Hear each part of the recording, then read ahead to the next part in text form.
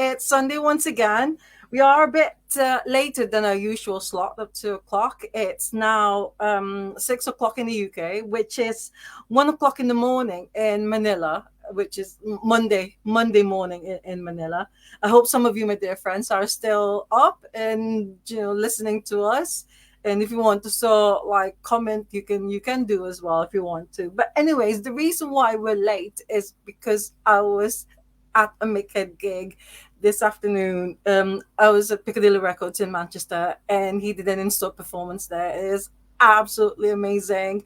And of course, for my fellow Filipino new wavers, Mick Head is in the Pale Fountains, which we really, really love. So, if you haven't heard of Michael Head and the Red Elastic Band, that's his new band, his current band, and they're going to be releasing their third album next month called Loophole. This T-shirt, Loophole, and if you haven't pre-ordered it yet, you have to do it now because it's absolutely amazing. He did a few songs from that album coming out next month today at Piccadilly Records. It's just so brilliant. I mean, I could talk about Mick Head all day long, but anyway, so it's not about Ask the Drummer is not about Mick Head, even though I do know that he actually plays percussions because I've seen him do percussion, but we're not going to ask Mick Head to go and ask the drummer. He's very busy anyways. But anyway, so last week I went to Sheffield to see an indie pop fest because there are 4 bands playing in one night. They're absolutely amazing. And the headliner,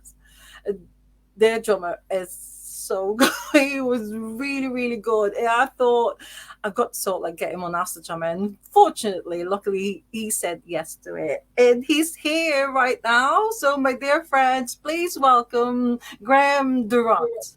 Yay! did I say that right? Durrant? Yeah, that's good enough. Yeah. Durrant? It's like current, but with a D. Durrant. That's what I say to people. Durrant, yeah. Because it's with Duran Duran, it's was it the DJ said Darren or something from the 80s. So how are you, Graham? I'm good. Yeah. Raring to go. And, weather-wise, is it still cold where you are? It's kind of hazy. We've had a bit of sunshine today, but it's kind of chill in the air. But it's you can't complain. It's not raining. No, that's true. Because I'm actually when I went out today, I didn't bring my duvet. I call it my duvet. It's a big coat, and I didn't bring it with me today because I thought it's a bit warm. I had it in Glasgow last weekend, and it's just when you walk around and then you just get really sweaty. So I thought it's not. I have to get rid of that of that duvet now because it's spring. Spring, nearly summertime. But the first question I wanted to ask you is Mick Head. Do you like Mick Head? I'm not really that familiar, to be quite honest. Oh, no way. Zach, the Pale Fountains? Yeah, no, I've heard the Pale Fountains, but I shall have to investigate a bit more. Yes, you have to. Oh my God. Yeah, because his new band now is called Michael Head and the Red Elastic Band. Right, and okay. They've been around for a few years now. And so this is their third album that's coming out next month. So I am really, really excited about it. And do check it out because it is really good. And Mick Head is a genius, because I don't know if you remember The Enemy, magazine. Yeah, or it's the greatest songwriter in the world. But anyways, so have you recovered from last week's? Just about, yeah. Now, I mean, I wasn't actually very well last weekend. Yeah, I had a bit of a sort of chest infection or something, and so I was just a bit of a struggle to just to get up on the stage. But the adrenaline kicks in, and then once we did the first song, we got a big reaction, and that was it. Yeah. It was absolutely fine then. But just about covered. Yeah, I thought you were just you were so good and you didn't look ill or anything. The magic of music, though, it does that for you, That's right, the magic of music. But anyway, so welcome to Ask the Drummer. Episode 121 is all about you, Graham Durrant. That's all right. So, I asked you before we came on live if you're actually from Brighton, because 14 Ice Bears, Mm, you are known as a Brighton band. yeah. Well, Um, we formed in Brighton, but yeah, everyone had come from somewhere else, really. So, like everyone in Brighton, most people are kind of come down as students and then never leave, sort of thing. So, yeah, true to yeah. form. Most people in the band were sort of been to the university or whatever. Um, I went to the art school. I was at the Brighton, well, it was Brighton Poly. It was at the time, but it's obviously everything's a university now. But yeah, so that was quite But lively. There's lots of where were bands you going on born? there. I was Where were born you born? in London, actually, and I Oh, lived in Hatfield in Hertfordshire for most of my primary school years. Lived yeah. in Lagos for a bit in Africa for Lagos. a year. Yeah.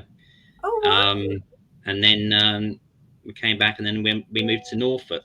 So all my secondary school years were like in Norfolk. So start off with right up in the sort of sticks up in North Norfolk near Fakenham, and then we moved to Norwich because my mum was going sort of crazy, not to seeing three tractors a day go past the house. She's sort of Oh, starting to lose her mind. So we moved to Norwich because a bit more kind of a bit more sociable, really. Um, but yeah, so then came down to Brighton after that when I did my degree, and never left. It's and got me in its that's grips. it. Yeah, yeah. All right. Wow. But when you're a teenager, Hmm. um, but first of all, are you from a musical family? I wouldn't say particularly musical, but it's very artistic. So Dad was he was an architect, and my mother was a an artist. Really, she did sort of, fabric stuff, so lots of Oh, weaving and embroidery. She mainly did embroideries, and she did some quite big commissions for like sort of altar frontals and things like that. yeah. And she was the closest thing to like a proper artist in the family, really. Um, and my sister was, she still is a graphic designer, and my brother Oh, went into photography, so he was, uh, yeah, he's still, photographic assistant. So yeah, yeah. if I'd But become you're an the only accountant, one. I You're would have been the black sheep of the family. But no, no, I kind of got into kind of the arts, but I was always the my dad's very much into his sort of classical music, really. So we used to get a lot of that.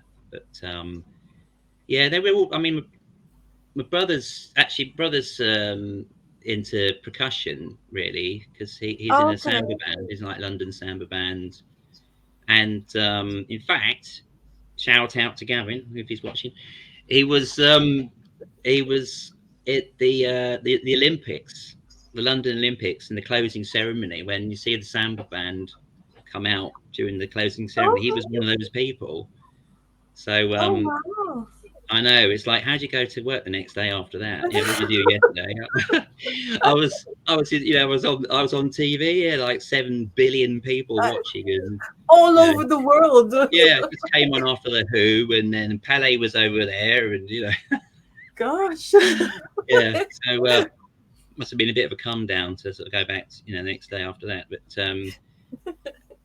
yeah, so he's quite active in sort of that sort of. He's kind of more into the kind of sort of what they used to call world music sort of side of things, or the Yeah, African yeah, and yeah, sort of yeah. particularly Cuban stuff. Yeah, so yeah, there was always All music around right. in the family. Yeah, but when you're a teenager, did you go to a Mm. lot of gigs? Are you the type that did your parents so like let you go to this? Like, Well, it was always my brother and sister always went to everything because they were older, and I seemed to just miss it because all the punk thing was going on when I was just a bit too young to go, and my brother and sister were going to see the Sex Pistols and the Damned and people like that, and yeah.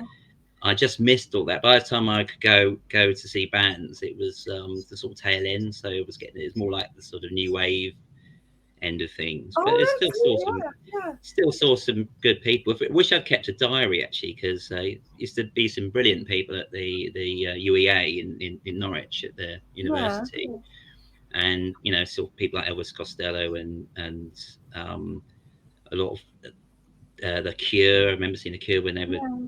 really just starting out. But I'm sure there's loads of bands that I've just completely forgotten Well, about. do you remember your first gig? The first gig that you ever First did? gig was actually the Boomtown Rats at West Runton Pavilion, Oh, which wow. West Runton Pavilion was bizarrely this kind of obscure venue on the coast in Norfolk, which I don't know why, but it just became this kind of mecca for punk bands, basically. Yeah, yeah. So there used to be lots of people like the Sex Pistols that played there, and lots of other people. So yeah, that was So that was good. Yeah, I remember that being good. Oh, well, well, your brother. You mentioned that your brother was into percussion and things. Was that the reason Yeah, why you got drawn into the drums, or I how did you get into drumming? I'm sort of racking my brains trying to think how it first started, but I think I was always into it. I think it always was something that appealed, Yeah, and he actually bought a drum kit and set it up, and he used to play a bit, but I sort of got more into it than him. He was very kind to let me actually sort of play on his drum kit, but I ended up sort of getting more into it, I think. yeah, Um, yeah, and but before that, I used to. I think I learned got the chops basically by playing along to the Who, Quadrophenia album with knitting needles on the sofa. I think that yeah, was where I got all the yeah. triplets from. So, But yeah, but yeah, I think you're a drummer because you kind of incessantly tap on things, and I certainly used to do that a lot. Certainly, remember at school I'd just be tapping away, tapping, and just like constantly have this stuff going around my head. So I think it was preordained. I think, and can you actually sort of like hear the drum part and actually yeah, sort of like practice it? yeah, absolutely, Yeah, absolutely. And in fact, interestingly, it's a bit like runners. They kind of visualize the race before they do it. They call it visualization, don't they? And it's yeah, been proven that they actually run it faster if they've mentally run the course in their heads first, right? And I think it's very similar with drumming. And there was a period of time where I just stopped playing for quite a few years, and I'm convinced that when I started again, I was actually better, because in that intervening time, I was still playing in my head. I was still listening to stuff, running stuff through my head. And I've usually got it. It's usually in the background of in the back of my brain somewhere is some sort of soundtrack.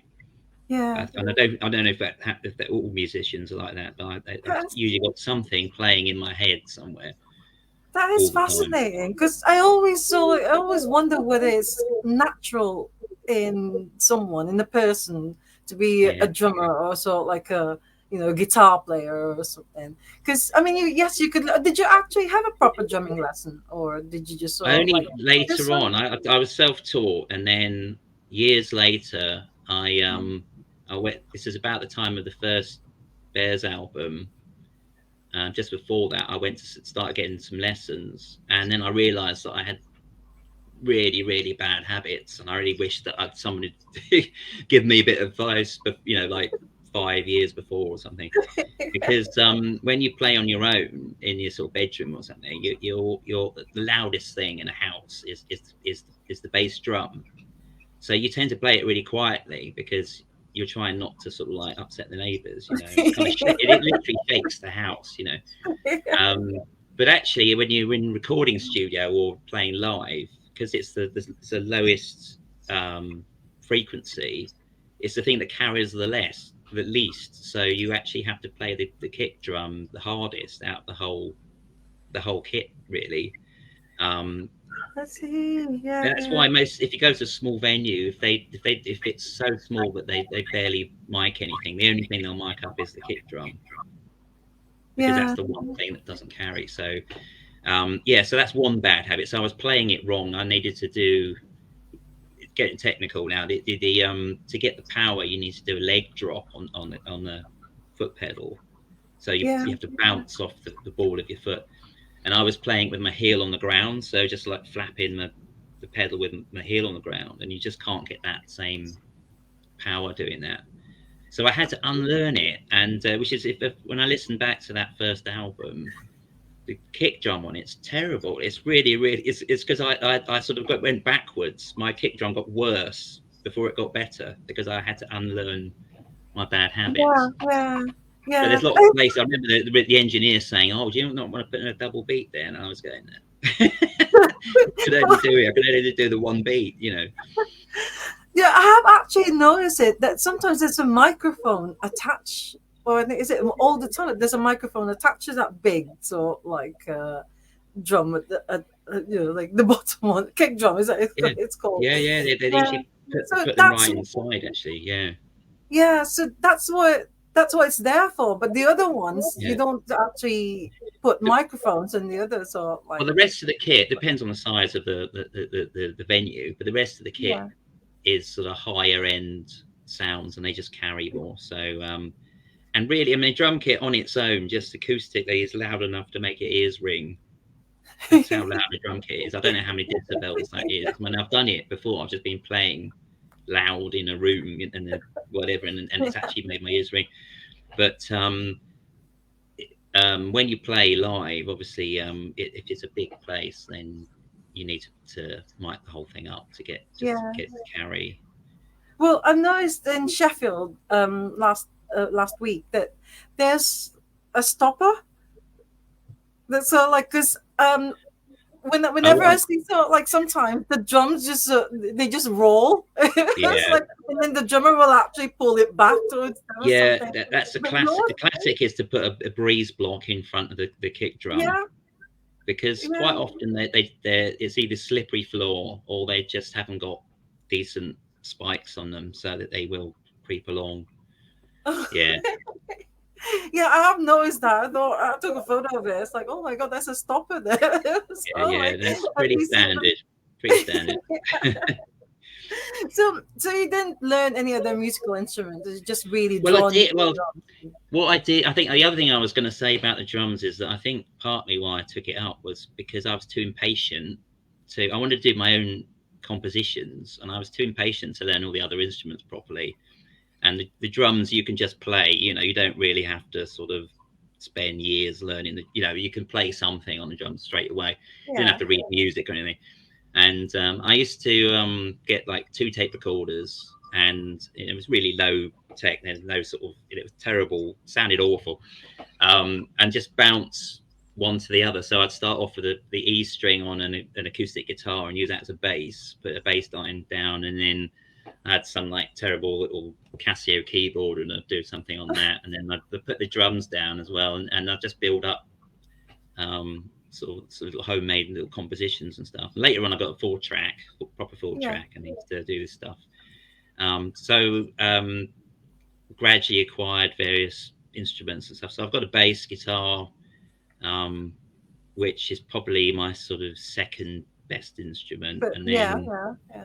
electric guitar, Yeah. and then various other bits and pieces, lots of bits of percussion, and yeah, But other bass and toys. drum, they go together, don't they? I mean, so They I do, noticed that they're yeah, always so like looking at each other. The drummer and the bass player, yeah, they're always so like they have yeah. their own signs, and Well, it's kind of like your bass player is your kind of wingman, and I guess it works the other way as well. But um, the way my style of playing is quite sort of loose. I guess it's from listening to a lot of Keith Moon when I was starting out, oh yeah, um, yeah, and I kind of do kind of heavily depend on a sort of rock steady bass to sort of like hold down the pulse. So the bass holds down the pulse really, and then the drums it is where the power of the rhythm comes. But you can, Oh, if the bass is like solid enough, then it gives the drummer a lot more freedom to just play around the rhythm. yeah, Because yeah, it's like if you talk about drummers being um, some drummers are very, tend to be behind the rhythm, and it sounds like, how can that, it doesn't make sense, does it? It's either in time or it isn't. But there's a sort of nuance to the rhythm, which is, it's hard to explain. But someone like Ringo Starr, for example, is behind the beat. That's his style. It's a kind of, I don't know, it's a sort of laid back kind of style. And okay, there's yeah, other occasions where you can play kind of ahead of the beat, which I know it doesn't make any sense. It's either on time or it isn't. But you can play ahead of the beat, or we can play behind the beat. It's there's something about in the way that your emphasis leans when you're playing. That's the only way I can describe it. And if you're playing ahead of the beat, you're kind of, it gives the music a kind of insistent sort of yeah, feel to it. Um, yeah. and I think I do both. I think I sort of tend to play depending on the song.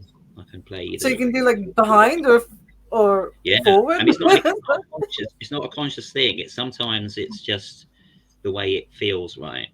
Yeah, yeah, yeah. So, can I just ask you? I mean, 40 Nice Bears. That's not your first Yeah. band, was it? Or have you No. any other band before? Before Yeah, I mean, I 40 was in various bands, but I mean, the first thing I ever did was when I was at school at Fakenham School. Um, I used to play with these guys. I called them the Pink Brothers, because they were brothers and their name was Pink. Oh, is it? So, No, yeah, okay. that's the name of Pink.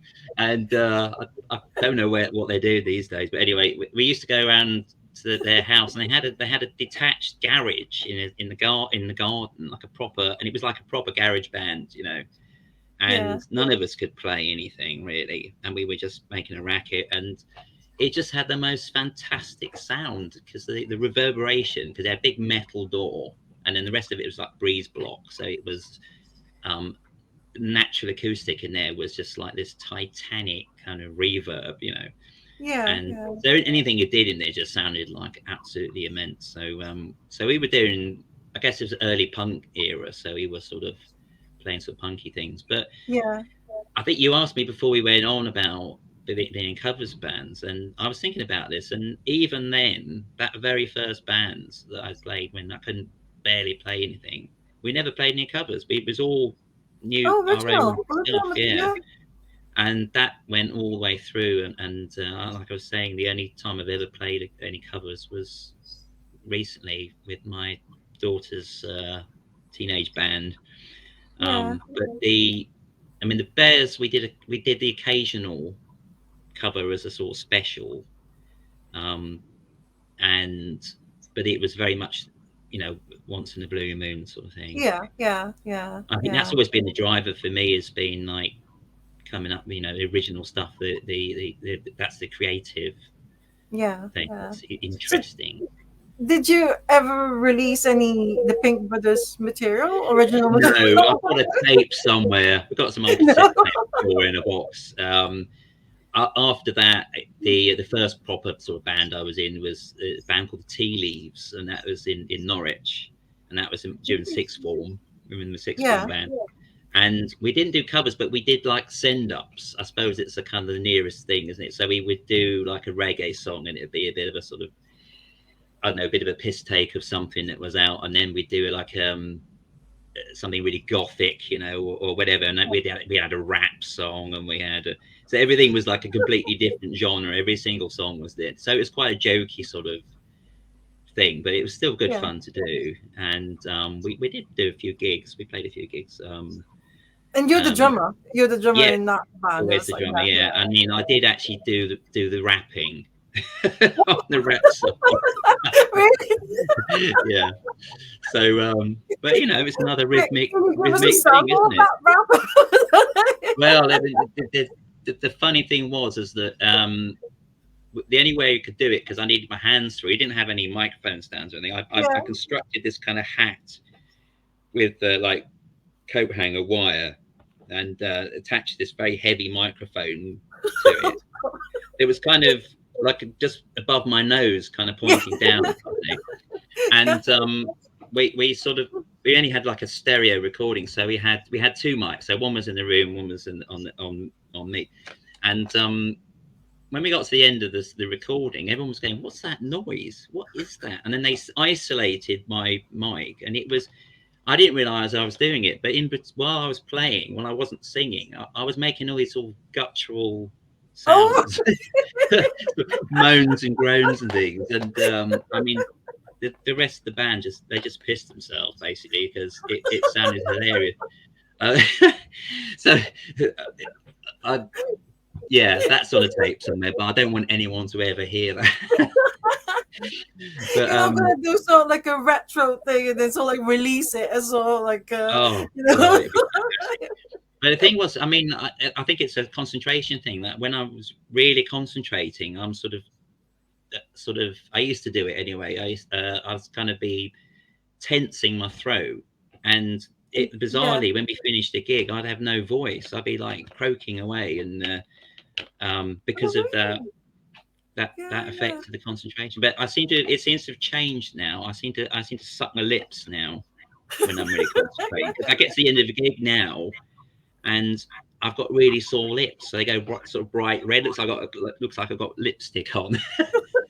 Maybe you So saw like maybe you can chew gum or something, or yeah, because maybe I should. Yeah, maybe that's a good yeah, idea. yeah. Yeah, Because I'll I probably remember, swallow it. because I remember, I don't know if you know Roy Bolter from the farm. Oh yes, yeah, Yeah, because I remember there was one time I went to see them in Warrington, and he yeah, did ask. He did ask for like some gums because I think he forgot to bring his own, and I think yeah, he likes chewing gum when he plays.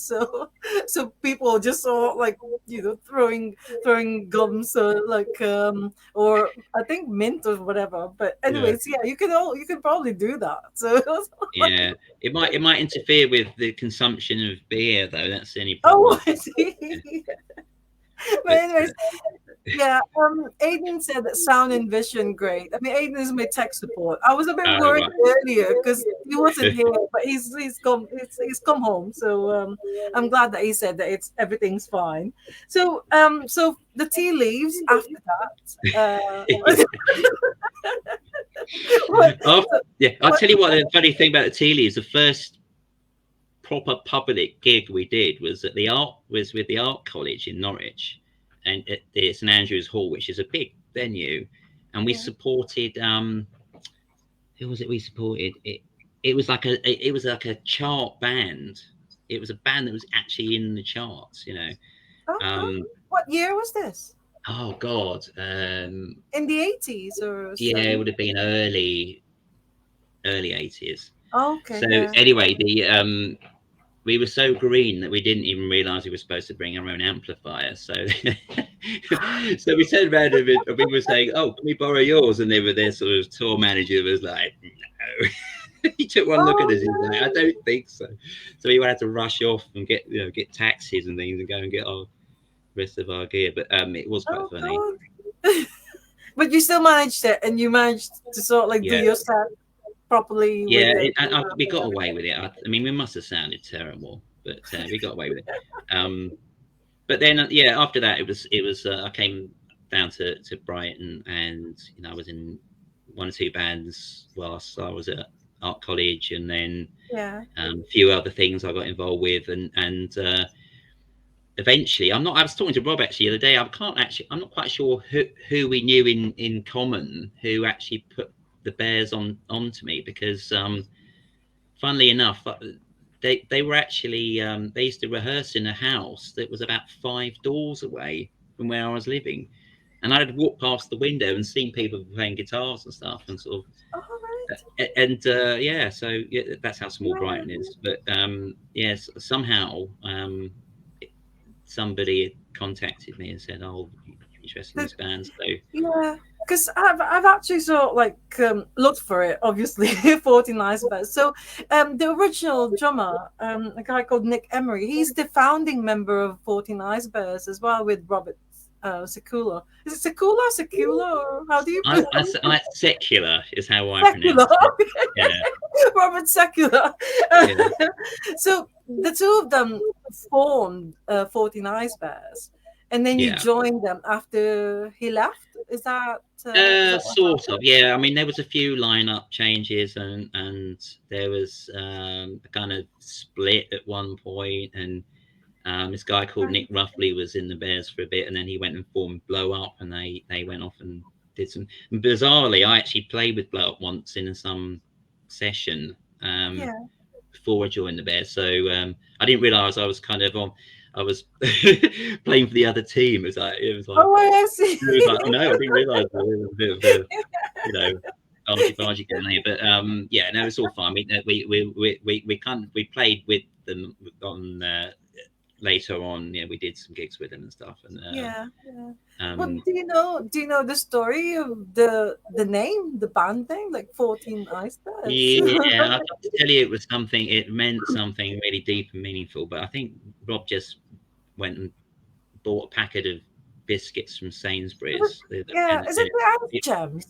Is it ice sorry? gems? Because ice gems they're called. Because we have that in the Well, Philippines. I There's think little they were biscuits. bear-shaped biscuits or something, and Oh, I they were see. called ice Okay. bears. There's 15 of them, and he'd eaten one, so he just thought that. I think the number 14 does have significance to Rob. It's to do with football, his Oh, favourite right. player, or whatever. So, yeah, that's Because where it originated. yeah, because I thought it was ice gems. Because I think ice gems got like a polar bear as a logo or something. And I was like thinking, Ah, is it that one? And then maybe there's 14 of those little biscuit things inside the packet. So well, you know, there's 15. There's actually 15 of them, and he's yeah, there had was one. 15. I mean, I've never seen them, and this is what I'm told. This is sort of part of the folklore. Yeah. Yeah, but I mean, a lot of people go on about the name, and it's kind of like the name is such a sort of irrelevance, really. I think once you've sort of proven yourself as a band, it sort of it changes Yeah. somehow, because you could say there's lots of famous bands that if they weren't famous, you go, what kind of name is that? What does that mean? So yeah, so it was kind of a silly name, but yeah, I think at the time it kind of went with the whole kind of ethos of the sort of kind of indie pop scene as it was later kind of known. But so that sort of do it yourself kind of don't take yourself too seriously kind of Yeah. Yeah. idea. Yeah. No, I think And there's always something, I don't know, when you're forming a band and then you have to think up of a name that means something mm, to everyone. It was all like but 14 Ice Bears, I mean, that's actually a great, it's a great name for a band. But I gotta say, I had Arthur Robinson, who's the drummer of a young band called Autocampa, and they're based in Manchester. And he was on the show a few weeks ago. He said that he's really sorry, but you're actually one of his influences. oh, So, really? yeah, but he just saw like because I was saying to you before that because you sort of like disappeared from the scene that maybe people have sort of like forgotten. So Arthur was saying he's really sorry. He wants to apologize that he's forgotten to include you as one of his influences, like drumming influence. Yeah, so, that's fine. so when I was sort of like googling your name, there's Mm, actually quite a lot of you. There's quite a lot of Graham Durrant on online. But is there? Well,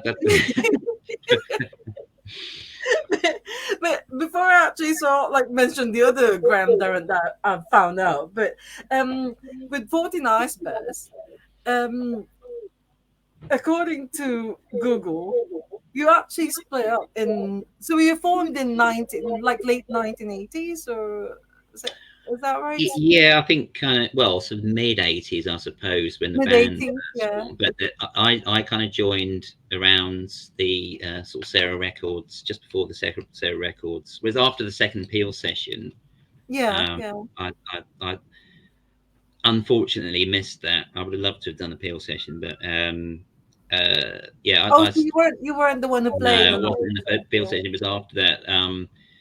But the first record that I was involved with was actually the Sarah Records EP, Yeah, yeah, and then yeah, I played on everything else yeah. afterwards after that. Because So John Peel loved the band, according to yeah, Wikipedia. He actually saw like really, championed 14 Icebergs. So it's like when he played the records, he always say, "Oh, I love this zoo. I love this band. I love yeah, this song," and things like yeah. that. So He was very enthusiastic. Yeah, yeah, yeah, yeah. So it must have been, because like all young, like the teenagers, and they all listened to John Peel. It must have yeah. been really like amazing for the band to sort of like have John Peel behind your songs, and loving what you do, and stuff. So Yeah, it was, totally. I mean, I think I don't think he was quite so into the later material, but he was definitely very keen on the sessions that we did. yeah, yeah, Um, but yeah, Peel was like, it was massive in those days. It was I think everyone used to listen to the Peel, yeah, yeah, um, yeah, and just we used to, if you were in a band around that time, and he was. He was sort of in that sort of genre that he was likely to play, you yeah, just kind of listen to Peel, like just on the off yeah. chance he was going to play your next single or whatever. So Because it's and like, when it came up, really sort of really exciting. You'd just be like, wow, yeah, yeah. Because he also presented Top of the Pops, right? John yeah, Peel was, because I didn't, I didn't grow up here, so so like I think I've seen some clips on yeah. YouTube that John Peel presented Top of the Pops. And were you on Top of the Pops? No, 69, oh god, no, we 69, never went 49. to get anywhere near being on that sort of level. But yeah, that would have been amazing. But everything I've heard about it, though, it does sound like it was kind of quite, it was. It was very much a sort of pop show, and they would sort of force people to mime and all this sort of thing. So it wasn't necessarily a great experience to actually be on it, but the obviously the exposure was like absolutely enormous. If you went on Top of the Yeah, Pops, that was the big show. yeah. And being part of Zara Records, because Mm. now, I mean, there's a book, like a big book about Sarah Records, and then all these shows, the gigs that's being Yeah, organized, and they're all part of the Sarah Records. Because um, I've noticed, because now that I work at a record shop, uh, they don't seem to sort like, they don't come up quite often. All no, these Sarah Records, they're quite expensive, aren't they? it's super rare. I mean, that's part of the Yeah, allure, I think, is people just are into it because it's such a sort of niche sort of thing to do, because everything's so collectible, because there's so few pressings. yeah. Um, Kind of wish we'd kept some of our sort of free copies of some of these records, because they're actually Oh, yeah. quite worth a bit now. But um, yeah, I mean, I don't know how many they pressed. It was probably, it can't have been more than 2,000. I would have thought at the most. I mean, put that into perspective. The the vinyl pressing machine was like the minimum run was about 1,000.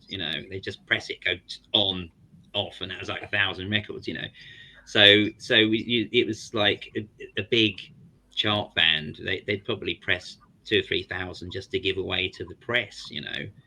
So Yeah, yeah, the yeah. amount of actual records that we actually ever, all the records we put out were sort of minimum run. So they're all as obscure as it could possibly be. In fact, there's probably more than 1,000 record shops. It's definitely more than 1,000 record shops in the country. Yeah, You think yeah, about it, it's not even one record per record shop. So it's a sort of minuscule number yeah. of actual records. But what's nice is actually that a lot of all this stuff's now online somewhere, and when you look at it, the numbers, you can see that several thousand people have streamed this song, and 7,000, whatever it is. And it's Yeah. just kind of nice just to know that all these people have actually heard it, because some of those records we were really proud of, and it was just frustrating that didn't have more people actually hear them. Yeah, but I So think yeah, now, I think now it's so like all these record collectors. It's one of those so like sought after ones. So oh yeah, we actually yeah, don't get it. We don't get it at Kingy Records because I've got friends who always so like says to me, if you do get Sarah mhm. Records, will you so like save it for me? I was like, no, we never actually get any of those things. So have you got a copy of your I've got a audio? copy of the Sarah single, Yeah, the yeah. EP. I haven't got all the bears though, not the ones prior to my being in the band. Some of those I don't have, and I think probably the most sought after is the one in the stripy paper bag. I mean, that's super rare. Yeah, yeah. Oh, sorry about that. Is I'm that the sorry. Flemings? I mean, No, because we live on the main road. So sometimes you hear like police cars going past, or or ambulance, or whatever, fire engines.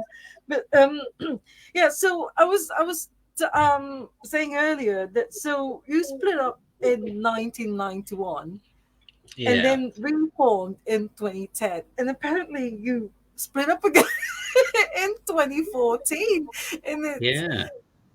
so, Well, and I mean, now you're back together. You're yeah, definitely back together now. yeah. I mean, I don't know how long. It's just it feels like a good time to reconvene. I think we're all doing our own thing, but we're sort of it's it's just nice to get back together again, and play the old songs. I think that the Bears is very much a song orientated band. That's the strength of the band, is like these killer catchy songs and like lyrics and everything. And Yeah, it's very hard to kill a good song. It's like you the song will shine through regardless of who sings it, plays it, what genre. It's that's the sort of song is yeah, king, I think. And if it's a good song, it could be played by anybody, and it'd still be a good song. yeah. That's true. Um, Well, do you know that gig in Sheffield? yeah, I actually spoke to one of the guys who were at the front, and he was sort of like saying to me how emotional that gig was. Because they haven't seen, I mean, I haven't seen you ever. It was like that was my yeah, first gig. But they said that they've waited a long time because they haven't, yeah, they haven't seen you play for years. And you yeah, can tell the people, that the crowd, and it's not just like middle-aged fans like us. There's quite a lot of young people there as well. What do you think of that? So like young fans going to see you and oh yeah, I actually mean, it's enjoying themselves. well, I mean, it's wonderful if you get some people under 40 turning up. Yeah, I'll be definitely up for that. Yeah, any whoever, if anyone's into it, then that's great. I think it's interesting because when back in the day we were very sort of ruthless with our material, and we were constantly writing new material, and we would sort of ditch our old songs, and start doing new stuff. And we'd play gigs, and there'd be people crying out for something. Yeah, play that. Sure to see, sure to see. And it was like, we don't do that one anymore. So a lot of Oh, the people were like really disappointed because they'd be like, oh, that be the thing they really wanted to hear. And it's since we kind of reformed in like around about 2010, um, we decided that we would just basically mine the back catalogue and go through all the classic songs and sort of just yeah. make them, just play them better. And it's nice Do playing the a song and hits, do everyone, the hits. yeah, exactly. I Yeah. mean, we're trying to spoil the choice. It's trying to, reduce it to, like a manageable number is quite hard. All the ones we have to leave out, but yeah, that Sheffield gig. But when Rob announced that we were going to do Sure to See, there was this huge cheer, and then another cheer when the bass line came in. I've never heard a bass line cheered before. So yeah, that was really nice, you know, and it's nice to, and it's that's a very emotional song, that, and I think it's just nice to play it, Yeah, yeah. right, No, and then feel the that whole was audience absolutely, behind you. that was absolutely amazing. That I was so like, because I was from the back, well, the side, not the back, but the side. And I was just so like looking at some of the fans and the crowd, and it was like, oh my god, the young people especially. Because so because I do go to a lot of gigs, and so like I don't want to say old, but so like a middle-aged bands, Mhm. or maybe from my generation, and most of the time you don't get see young people going in or going to see the band, but there's quite a lot of them last Saturday, last, well, 2 weeks ago. And I just find it really fascinating because I was also Yeah, talking to one guy who's quite young, and I think he studies. I think he's studying in Sheffield, and he was saying to me that he got to hear of 49 Spurs from that Scared. Is it Scared to Dance? That's compilation, sort of like from yeah.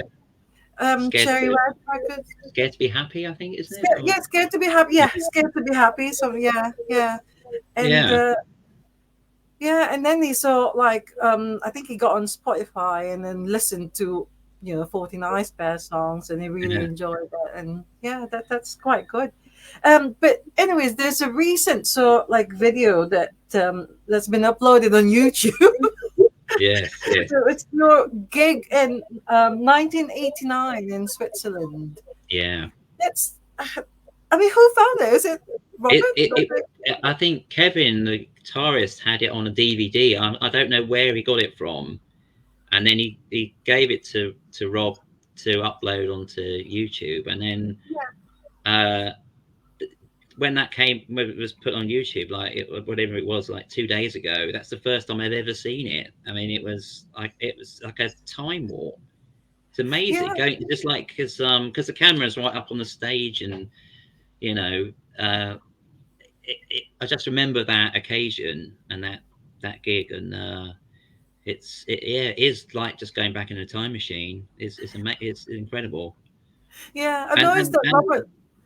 Yeah, that sorry, Robert looked a bit like what's his name, Jim Morrison from the Doors. I thought He that had as that well. look. Definitely, yeah. That Yeah, in that particular video, definitely yeah, there's a bit yeah, of Jim Morrison going on there. Yeah, yeah, but we all yeah. had so much hair as well. Not like now, but I mean, I could rarely see anything when I was playing the drums. I'd be like head down, and there'd just be this mop covering my face. Yeah. Like, But what um, is it with the audience though? So why was it like that? I don't know. I don't know whether it's just they had no idea who we were, or where they were just being cool or something. But It yeah, kind it's of like, felt like, yeah, it reminds me of do you know, like if you go to Japan or maybe in China, or if you play there, they're so polite, and even yeah, though they're really enjoying themselves, they're not allowed to show them. So I was wondering, maybe it's like that. yeah. They just look like sort of shop mannequins, don't they? They're barely moving a sort of kind of, which is quite funny because we're going kind of like berserk on the stage, and there's like sort of virtually no reaction at No, all. compared to the one in Sheffield, I mean, there was all Yeah, the people reaction from screaming and that everything. one. Yeah, it was a funny old tour. That I mean, I could literally write a book. I think on all, all the things that Yeah, went on these sort of tours when we were touring around Europe and stuff. I mean, yeah, the numerous calamities and misfortunes that happened, but yeah, that was a weird place. It was like an old gas tower, so it was like a collapsed gas tower. So the ceiling was like it was all circular building, and the ceiling was like a concrete dome, and you had to go down the steps to go in it. So it was like underground as well, and it's all covered in graffiti and everything. So it was like almost like a squat kind of venue. yeah. Um, but it was yeah, it was It's I great seem to to see remember there it was quite a though. lot It of was people there. It doesn't look like it in the video, but it was actually like, quite a decent crowd. You know. Yeah, it's great that you found something like that. So that's the thing about like videoing. I mean, I know that nowadays people get annoyed when there are fans like videoing the performances, but I think in a few years' time they'll be so like craving for it. They want to see what went on. Like, But I tell you what, they did. I think still to this day the best gig that I personally have ever played was when we played the Paris Pop Fest in 2013, I think it was, and oh just one of those. Sometimes you're just on a different level. You just by the I don't know, is your body rhythms or something, whatever. I think it's because we had a really relaxed day. We went there early in the morning. We did, we had all day to chill out in the park and yeah, stuff. yeah, And it was just like a brilliant venue, and it was a great atmosphere. And they played an absolute blinder, and including a sort of impromptu drum solo, which was just that we were doing the Florence at the end, and it's oh supposed to be like a big wow, noise. And I yeah. looked up, and everyone else had left the stage, so I was just like on my own.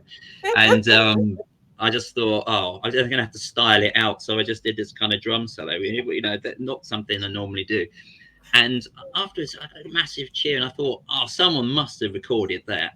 Nothing, absolutely nothing. Oh No one, there wasn't a no, single recording of that gig, but by anybody. Maybe it's a French thing. Maybe the French don't do it or something. they But do. Oh yeah, God, all the that's like gigs we played in around that time in this country, yeah, next day you sort of like wait and see if there's anyone, something pop up on YouTube. And I love seeing it back, because you kind of pick up little, you learn stuff watching yourself back. Just you think, oh, that didn't work, or oh, I should yeah. try that next time. In fact, I should say the videos that you did are particularly good, Oh God, thank you. very good. Yeah, I'm yeah, so like, good yeah, sound, good picture, and there's nobody in the way. It's sort of yeah, yeah. I actually lost my spot because I went outside to sort of like have a yeah, photo with what they call so the gentle springs, and yeah. then when I came back you're nearly about to start and I've already lost my spot and I was like I couldn't see you. I couldn't see the drummer. I had to sort of like sit down and actually get a like a gap between Yeah, the guitar player and you. So, you sort of muscle your way in like a rugby player. yeah. But anyways, so going back to that gig in Switzerland, there's a Yeah. poster. I think it was Robert who posted that the poster actually says that you're banned all the way from Scotland. So All the how way did from that Scotland. happen? Yeah, how did that happen? Something got lost in translation. I don't know where they got that from. It's just completely wrong. It's I'm not pretty sure because you were in Scotland no, before you go into no, Switzerland. never been. I don't Oh, think we'd ever played in Scotland. I think it was just incompetence. I think of the people putting it on. But yeah, it was quite funny. It was quite funny. I thought, why did they think we were from Scotland? but But did yeah. you tour America as well and maybe Asia Yeah, or so what happened was we had a long break. It was about 6 years or something that we hadn't played, and in fact, yeah. I hadn't played at all. I think there was a bit that period of time I sort of stopped playing. Basically, I was just too busy work and Oh, whatever. okay. Yeah, yeah, And then there was a big resurgence of interest in the sort of indie pop scene in America. Like suddenly they got into it over there, and there were all these new bands coming out who were sort of said that we were like an influence. Influenced by Yeah. the UB bands. On the back of all that, we got invited to play in Brooklyn, in New York. So, um, and then there was like a pop fest about a week later or a few days Yeah. later in Massachusetts, and then we said, "What the hell? Let's do it!" And we just basically uh, did our own tour. We had to like from long distance. We basically tried to sort of fill in the gaps between those two dates, and just got in touch with like indie pop fans that were Yeah. online and stuff, and we managed to get a few gigs in between that people set up for us.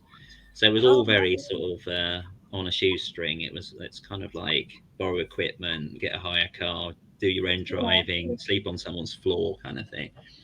It was absolutely brilliant. It was a 5 day tour, basically, the first time yeah, in the yeah. East Coast, and And it went not well. It was sort of like it went great. I mean, I don't think I got more than 3 hours sleep at any point in that whole week. Yeah, it was just you're just on a high the whole time. You're so hyped up with adrenaline, you know. yeah, yeah. Get so excited and just doing like mad drives trying to get to the next place, and 500 miles or something, and trying to get there on time, and you just make it with a sound check, and then it's like and Yeah, then you get up the next morning and do it again. It's absolutely brilliant. yeah. Again, could write a book on all the all the The things that tours that happened you've on that done. tour. Yeah. Yeah, yeah, because America is actually massive compared to like Yeah. in the UK, you go from maybe Leeds to maybe Sheffield or York or whatever, and it's only like a few hours. But in America, if you're doing a tour, we're talking like hours and hours of I know. driving. The funny thing, when the next year we went back and did the West Coast, and that was like that's like a 2 week tour with a few more gaps in it. It was a little bit more sensible. And the joke was that we arrived at San Francisco, and then we needed to get a hire car to do the rest of the tour. And we had this great long debate: should we get a sat nav? Do we need a sat nav? And then we decided just to save money, we wouldn't get a sat nav. It was like an extra. And then the entire thing was we just went on the I-5. That was it. We never deviated from this one road for the entire thing. And it was like 1,000 miles. It's the whole length of the country, practically. And quite a lot of it is like Roadrunner, where you're just on this dead straight road, and it just meets at a point in the horizon, and you're just like that. You stop and there. And then you see another car coming towards you, and then like every 5 minutes, it's you go like beep beep. Yeah. So it was kind of like we did not need a sat nav. Never went round one roundabout, never went anything. It was just like, but I mean, San Francisco was amazing. That was we were the headline band in a 3-day festival.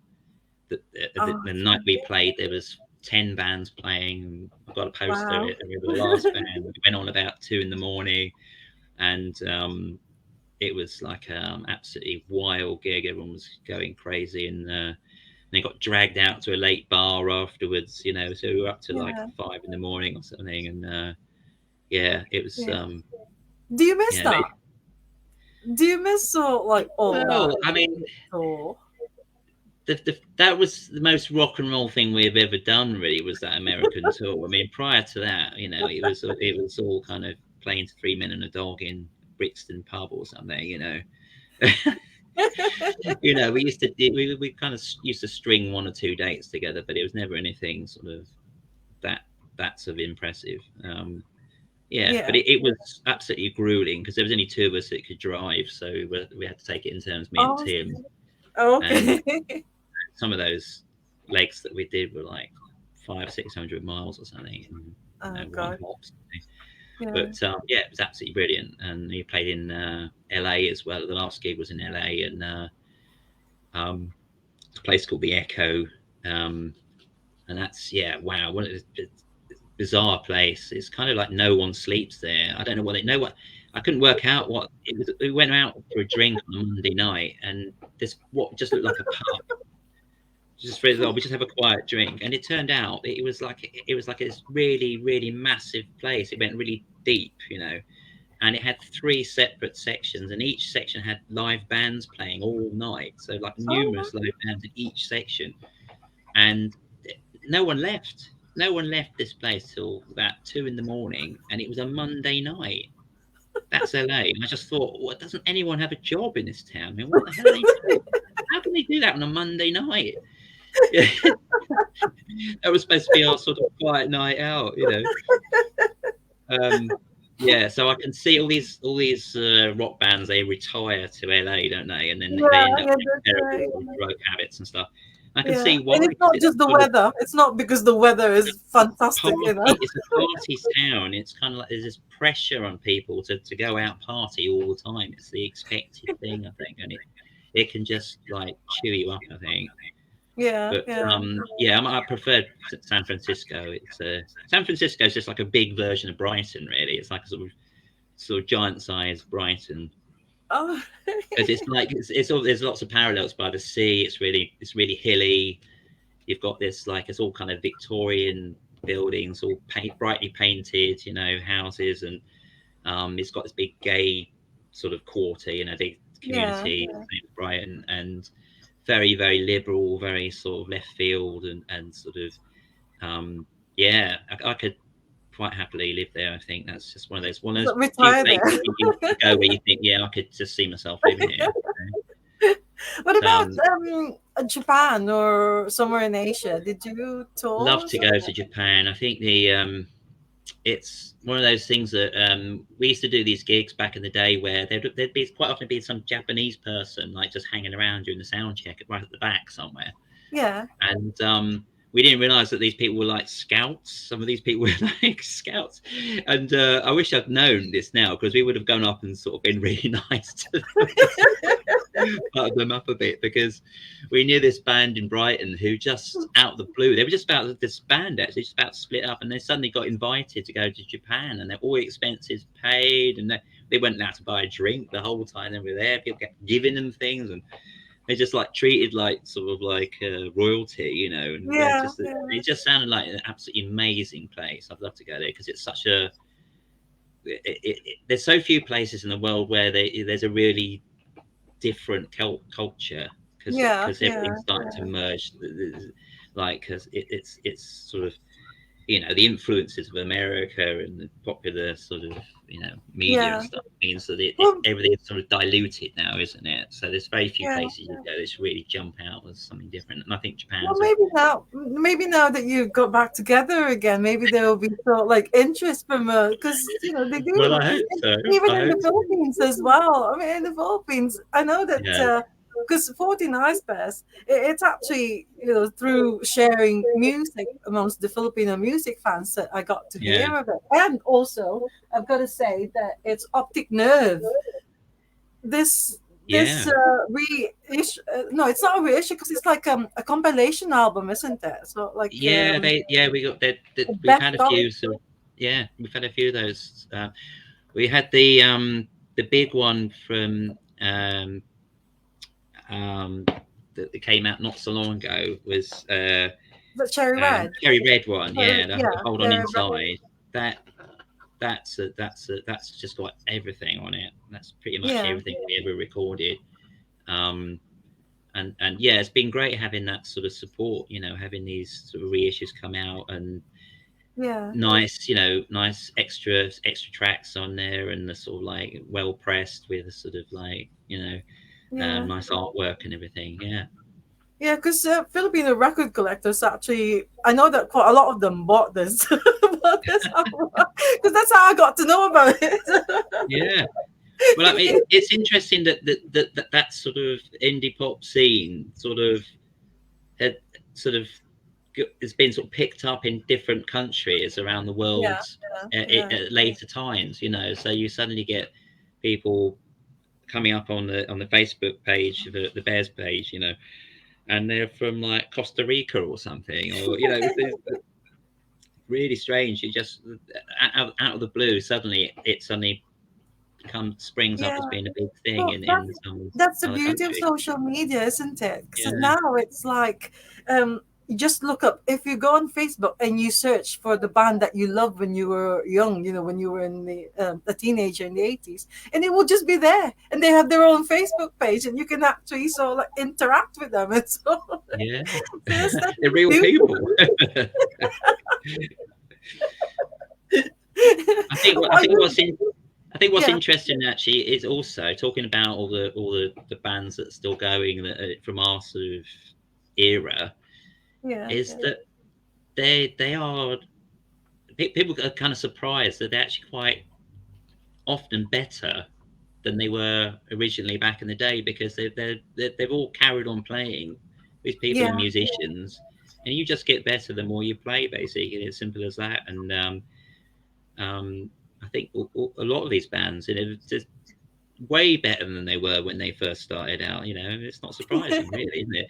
But I think it's funny because there's this kind of like idea that youthful bands are going to be the best bands, but it No, doesn't no. necessarily But follow. yeah, yeah. And you've had your sort of like practice. You've been going for a long time. So, like, I don't know, now that you're back together, are you actually thinking of having new material, or are you going to be releasing It's not something that an album? we haven't talked. Excuse me, we haven't talked about that specifically yet, but I guess it's a possibility. But I think at the Yeah. moment we just want to play some You want- dates and try and Yeah. get some more gigs in the UK, because we've got the next one we've got is in Paris in a few weeks' time. So that's Oh, the okay. big one. Yeah. And then after that, we've got several that are sort of just bubbling under that we're in discussion with. So hopefully some of those will kind of Yeah. actually Well, happen. I heard that you're actually coming to Manchester, so I'm really looking But forward it's to not it. it's not 100% yet.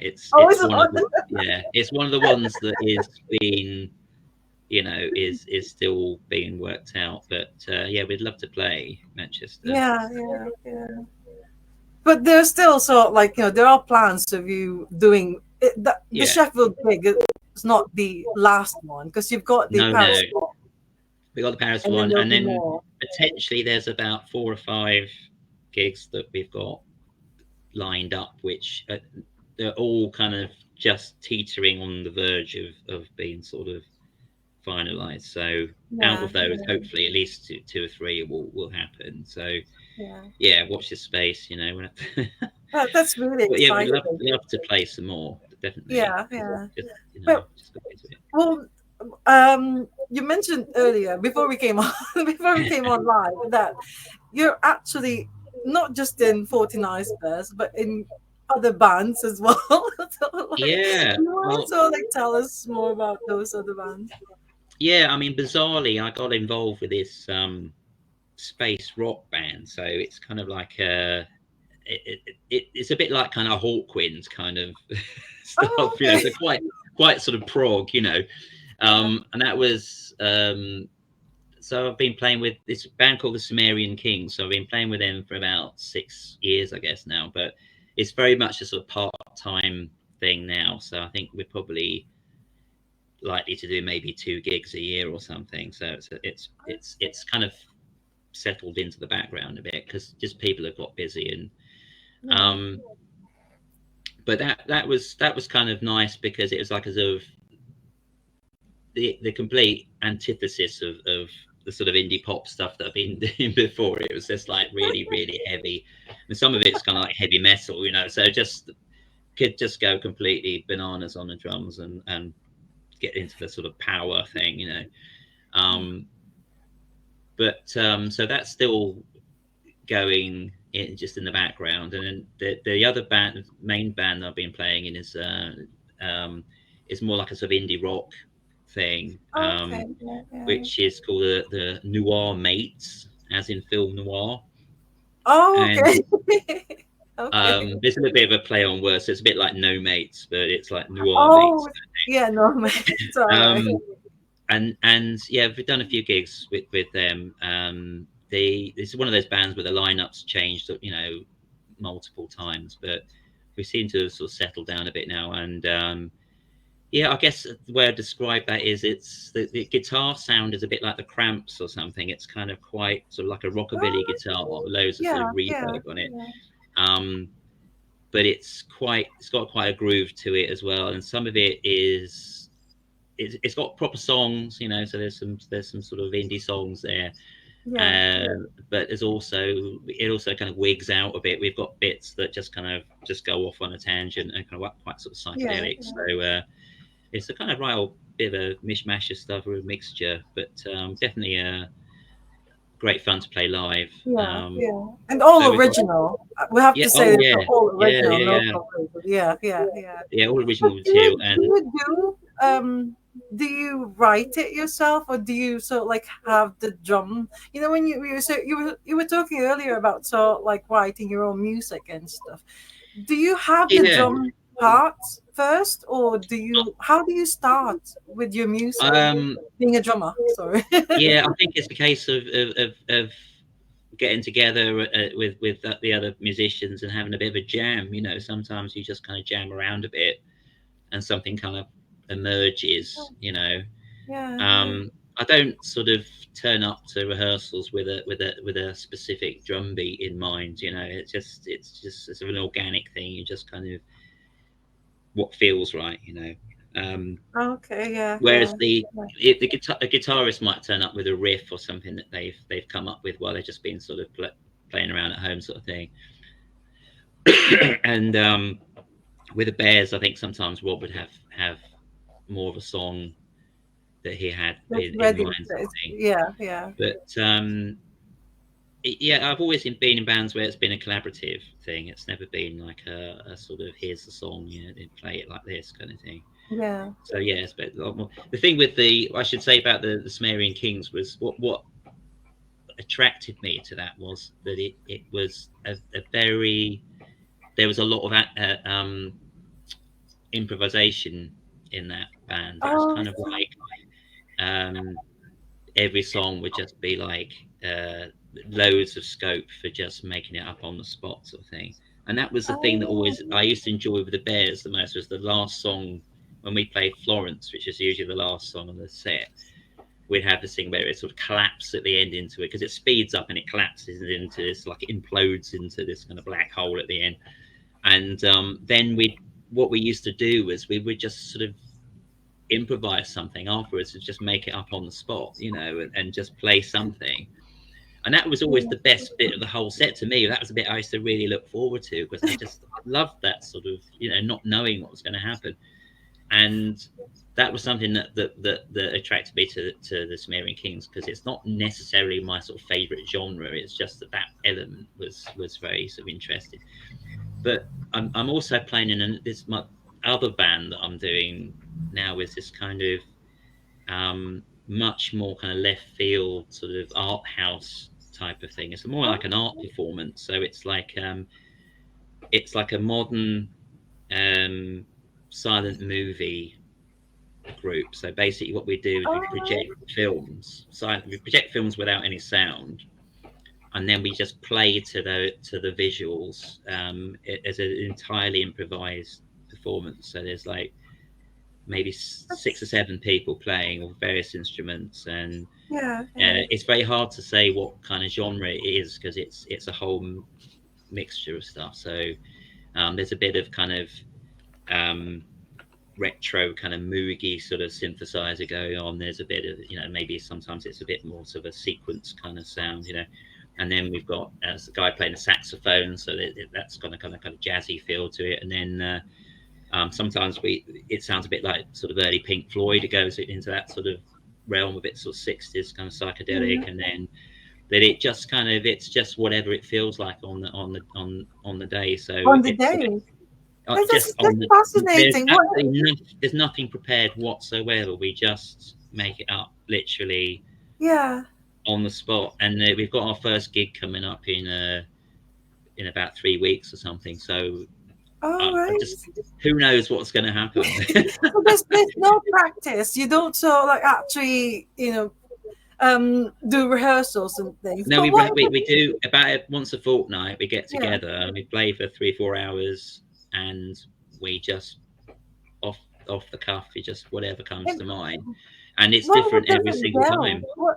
Because I don't know. Because it's fascinating. Because what if what if it doesn't work? So like someone is playing something else and then another person is doing Well, what something happens else. is it's kind of quite simplistic. So it might be it's not like going to be like some constantly changing key or something. It's going to be Yeah. kind of Yeah. like there'll be like a theme that is quite simple that we kind of work around.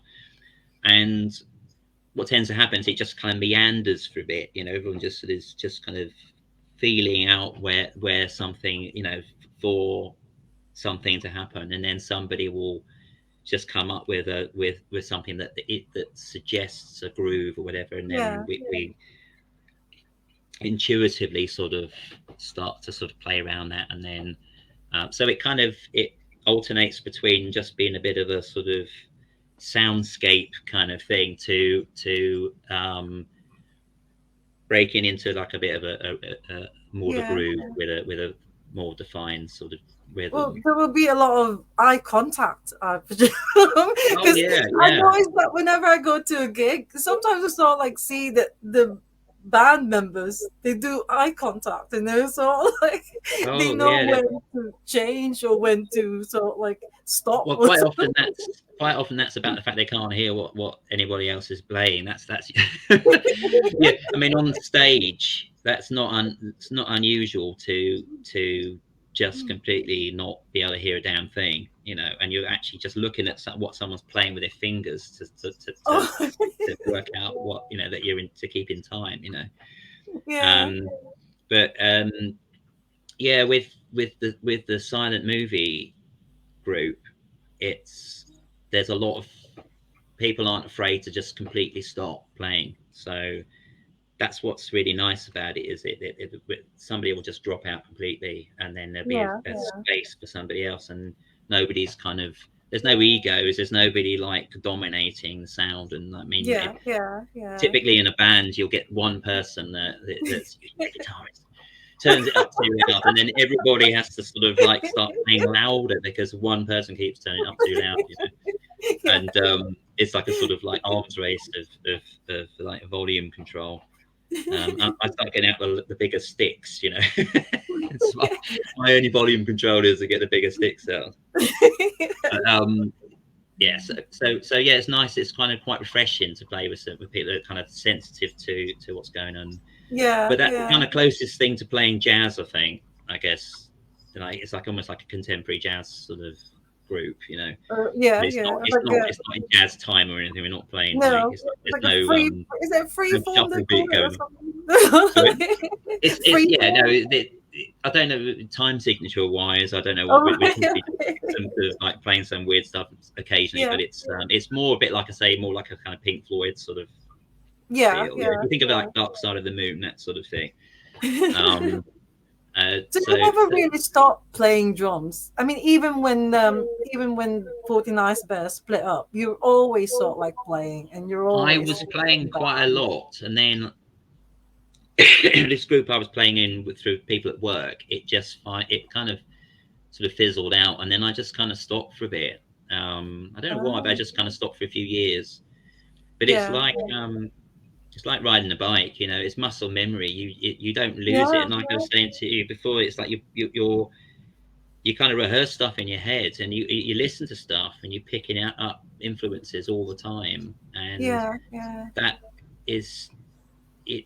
So much of it is mental, you know. It's not just a physical thing. It's mental. And you're still developing as a yeah. musician, even if you're not playing. You know, bizarrely, I Well, think it yeah, I definitely. always say that once a drummer is always a drummer, even though you haven't played for a long time. If you pick up the sticks again and start sort of like playing, I'm sure it will all come back, and it was all There's like, something very satisfying about it, you know.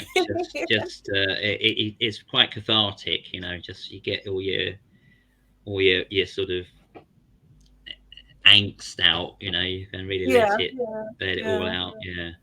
yeah. Well, I said earlier that when I googled your name, there's Hmm. actually got a lot of them, and there's one that I thought was sort of like. I thought it was a bit funny because it says something like, "My name is Graham Durrant, and I have been building and designing things over 30 years."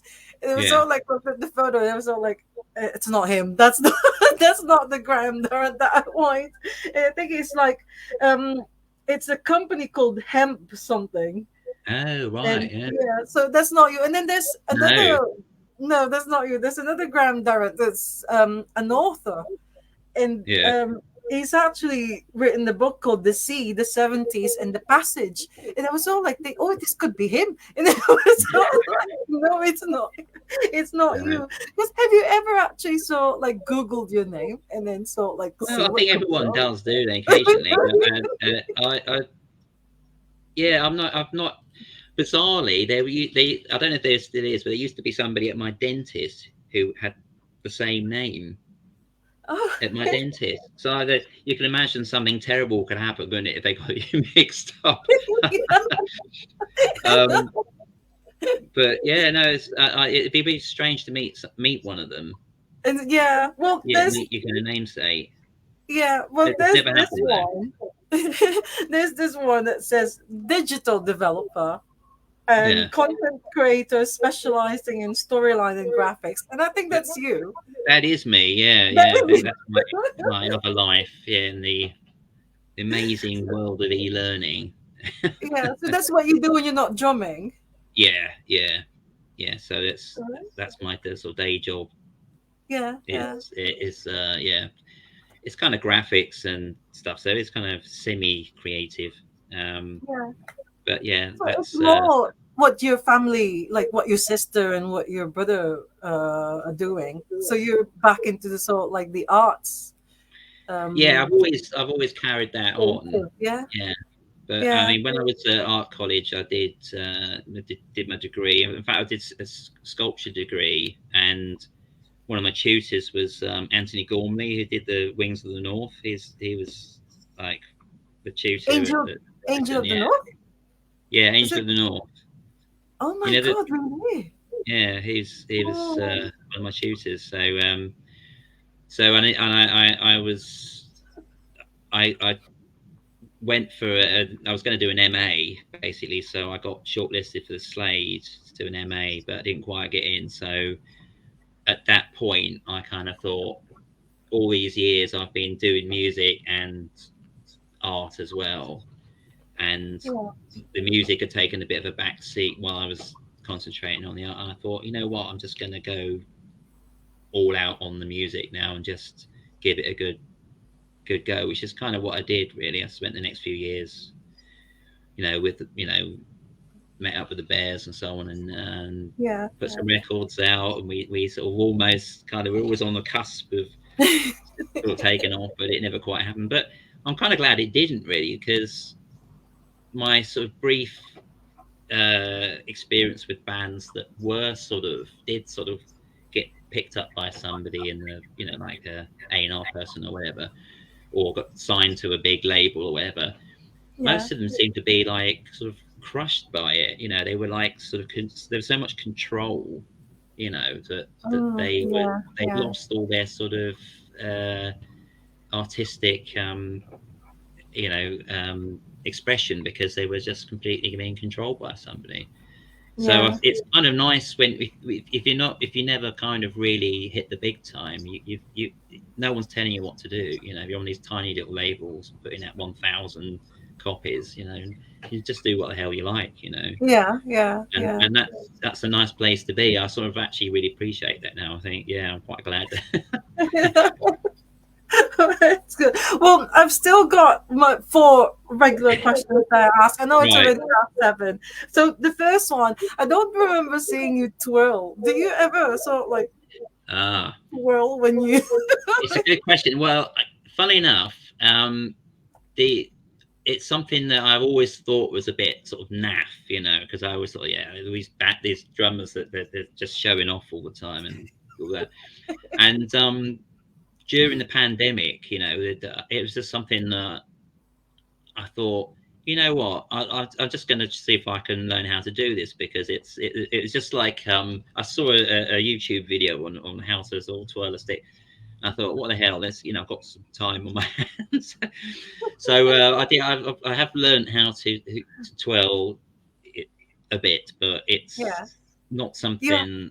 It's funny enough, bizarre, strangely, I can do it really well with my left hand, but not with my right hand, and I'm right-handed, so I Oh, it's okay. can't Yeah, work yeah, that one out. I don't know why. Maybe it's just kind of looser because your right hand's yeah. stronger or something. I don't know. But yeah, it's You I haven't kind of appreciate incorporated it it. into. I, Yeah, I No, because I think it's too risky. The chance of me dropping the stick is too high. If I and there's nothing more embarrassing than sort of doing a big twirl like that and then your stick flying out of your hands. Yeah. So but some people they do a twirling in between each kind of I drum. know. Twirl like that.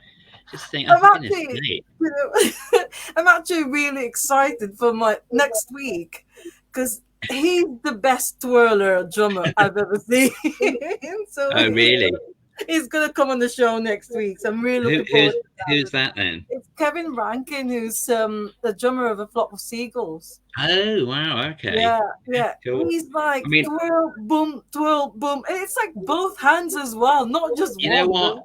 If you can do it, then good luck to you. I'm not saying it's bad. I just say it never really appealed to me, and I just thought, what the hell? I'll give it a go.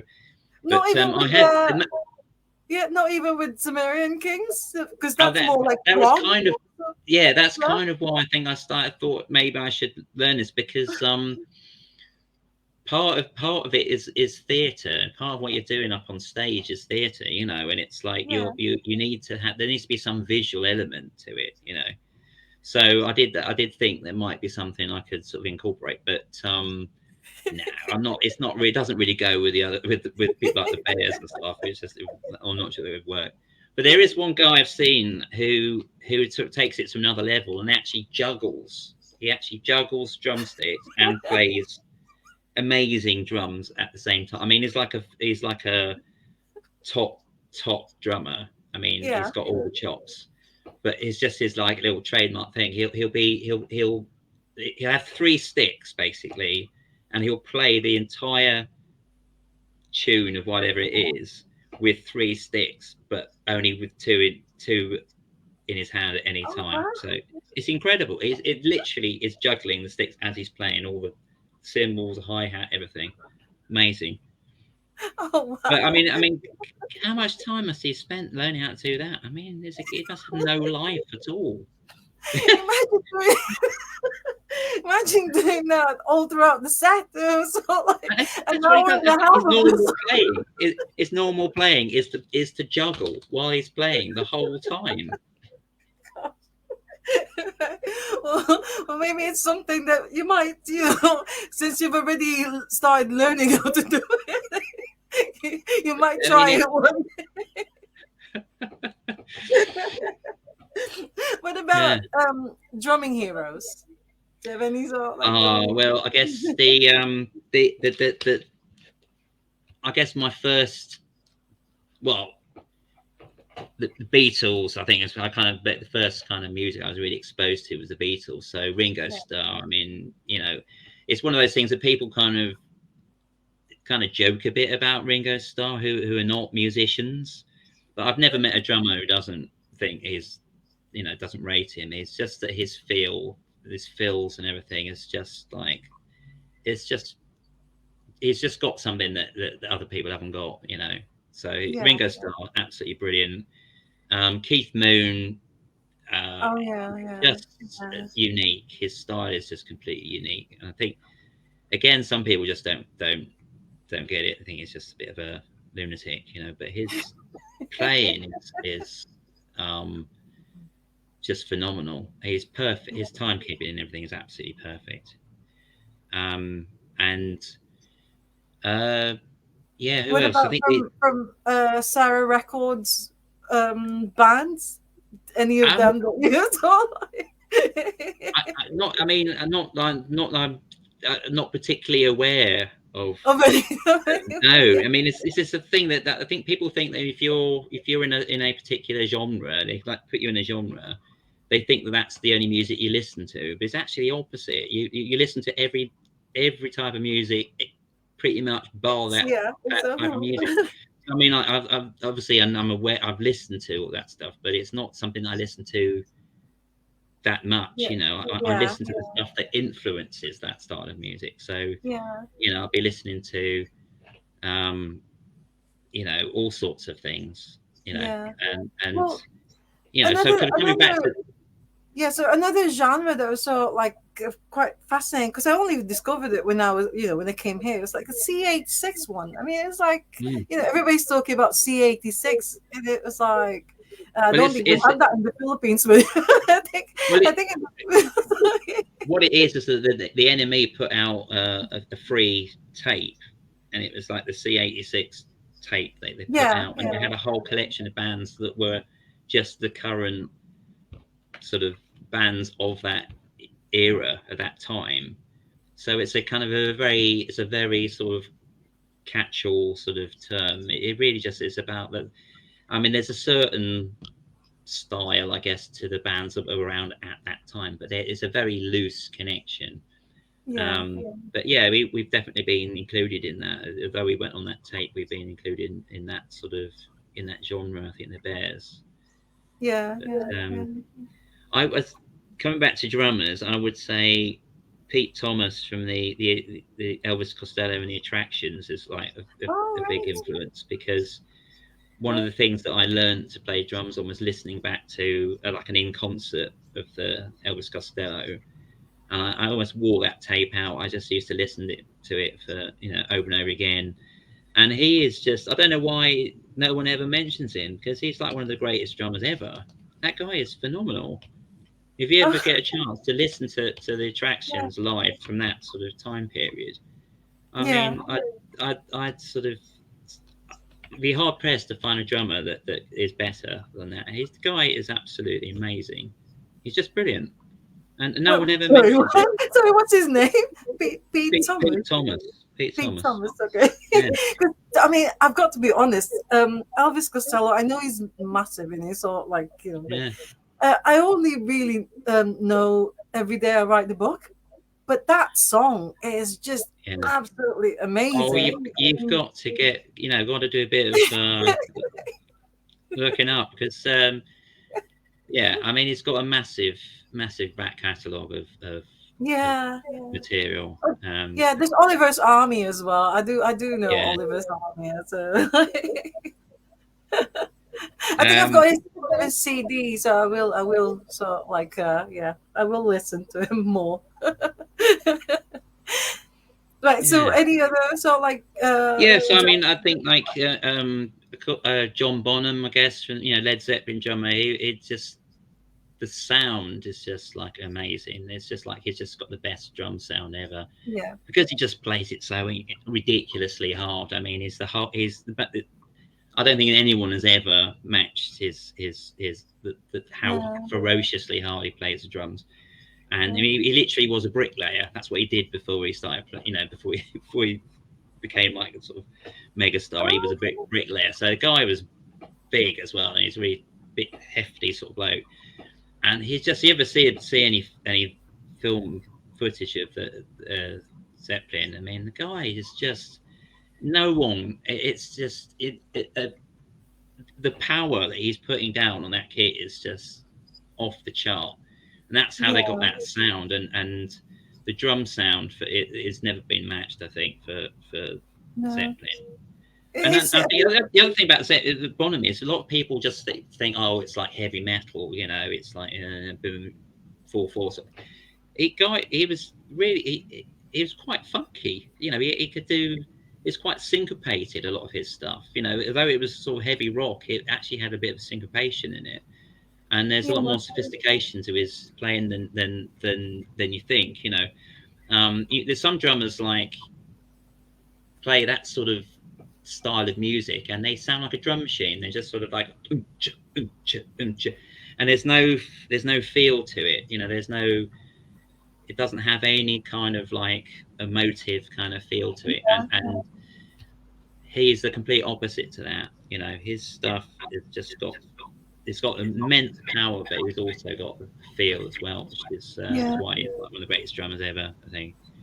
I think And yeah, I think it's safe to say that John Bonham was like the drummer's drummer, because I'd say about 90% of the drummers who came on the show, they always say like John Bonham.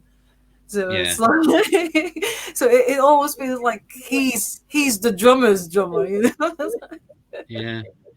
It's also, I mean, it's also about how somebody plays and the sort of thing that that what they put into it. It's not just about who's the most powerful or who's got the best technique. So I mean, I would say like the drummer from Cannes, for example, is a big influence because Cannes is all about like getting that groove. They've got that this like rock solid groove, and it just Yeah. builds and it builds, and it's just got this kind of um, driving feel to it. So his stuff is really good. I think more contemporary, Mark Juliana, uh, who is like a jazz drummer. He played in on the last Bowie album, Dark Star. So Oh, nice. Bowie picked out this sort of New York jazz group that's Donny McCaslin group, um, and just I think he didn't. He was aware he didn't have much time, so he couldn't muck about. You know, he just then right, just grab this group and I'll use them sort of thing. And Yeah. he's the drummer in that band, and I guess I would rate him as one of the top 10 drummers in the world now. He's Oh, just the guy is absolutely. It's just absurd what he can do. It's just like it's inhuman. It's like nobody can be that good. Yeah, if you ever get a chance to listen to his stuff, I mean, a lot of his stuff is right out there, sort of like contemporary modern jazz. So it's not everyone's cup of tea, but his ability and his technique and just his brain, you can hear yeah. and you can hear his playing. You can hear there's like an enormous intellect behind it. It's just Yeah. phenomenal stuff. Well, I don't know if when you were in Sheffield, I don't know if you Mm, noticed it, but the drummer of Wandering Summer was yeah. actually sort of like at the front watching you as well, because there's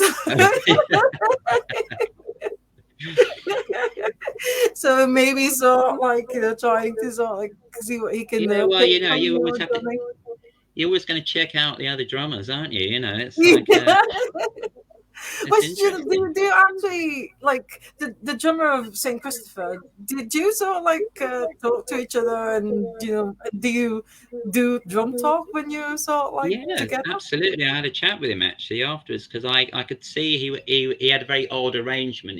He was playing ride cymbal on the left hand side with his left hand, and normally you have the ride cymbal on the right and you play it with your right hand. And but he had essentially a right handed drum kit set up, so the hi hat on the left, floor tom on the right kind of set up. So I said to him, "You're right. You're left-handed, aren't you?" And he went, "Yeah. How did you know?" Sort of thing. And it was kind of like, "Yeah, I could tell because it's like ride cymbal is the thing that you really sort of keep the beat with the most Yeah, probably, and it's like that where you place that is the sort of thing that really sort of shows what your kind of your strong hand is, and he definitely on the left.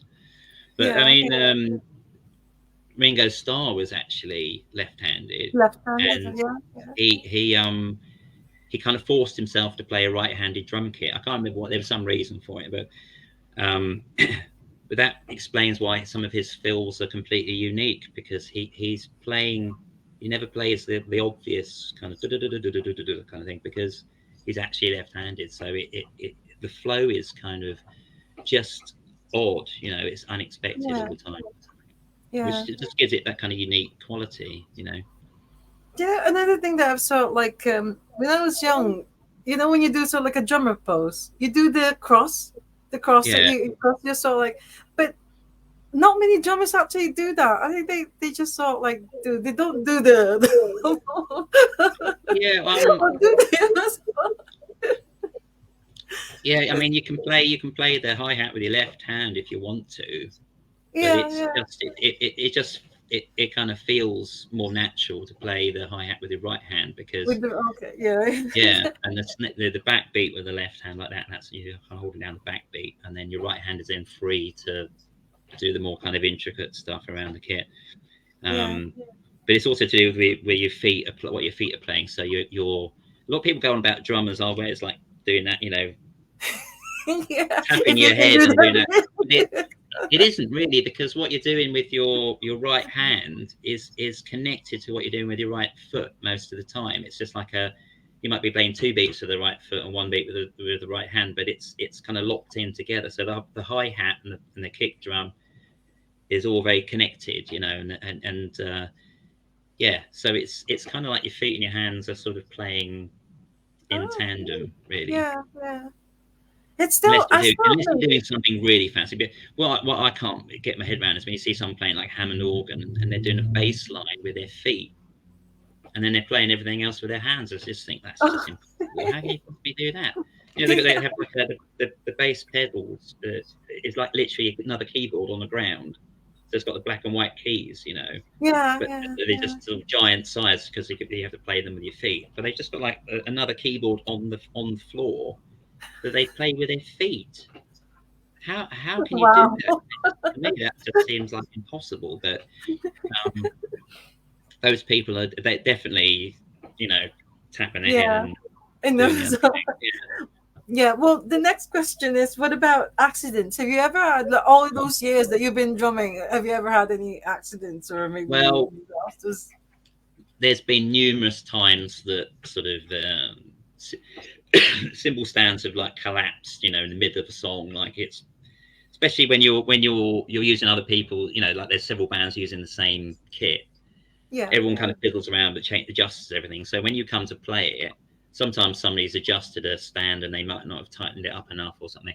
So you're halfway through a song and suddenly the stand starts to sort of do that, it starts to sort of slowly collapse like that, and you're trying to sort of play like that. So yeah, that's quite common.